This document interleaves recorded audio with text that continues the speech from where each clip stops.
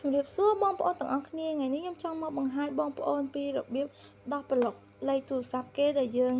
បានប្លុកគេខលមកយើងអត់ចូលហើយបងប្អូនចង់ឲ្យគេខលចូលត្រូវដោះប្លុកជាមុនសិនអញ្ចឹងបងប្អូនធ្វើតាមខ្ញុំមកហើយបងប្អូននឹងឃើញសញ្ញាត្រី2នេះបងប្អូនចុចឆ្លៃសញ្ញាត្រី2ហ្នឹងមក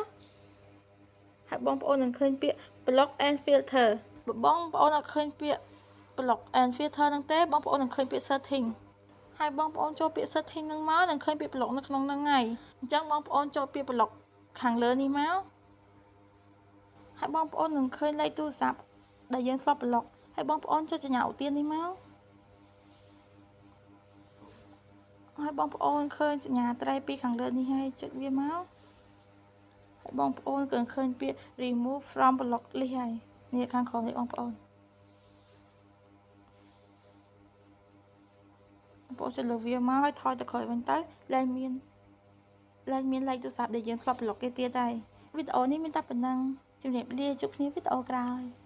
បាយបាយ